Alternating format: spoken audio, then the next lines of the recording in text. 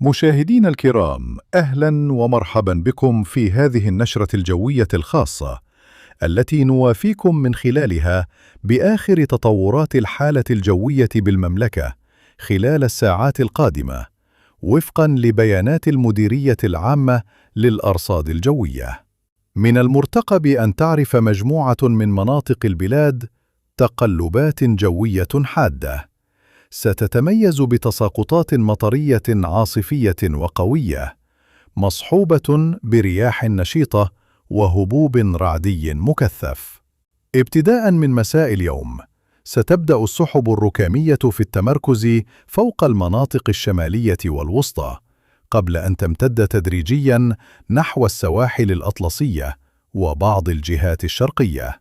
الأمطار ستكون غزيرة على فترات، مع إمكانية تسجيل مقادير مهمة قد تتجاوز المعدلات الموسمية، خصوصاً بالمناطق المعروفة بانحداراتها ومسالكها الوعرة. كما يتوقع خبراء الأرصاد احتمال تشكل سيول وارتفاع منسوب بعض الوديان، مما يستدعي اتخاذ أعلى درجات الحيطة والحذر من طرف الساكنة، خاصة في المناطق المنخفضة والمجاري المائية.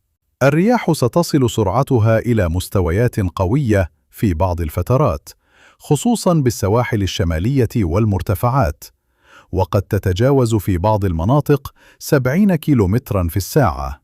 أما الحالة البحرية فستكون مضطربة إلى قوية الهيجان، مع أمواج عالية قد تصل إلى 4 أمتار، مما يشكل خطراً على ممارسي الصيد الساحلي والملاحة التقليدية.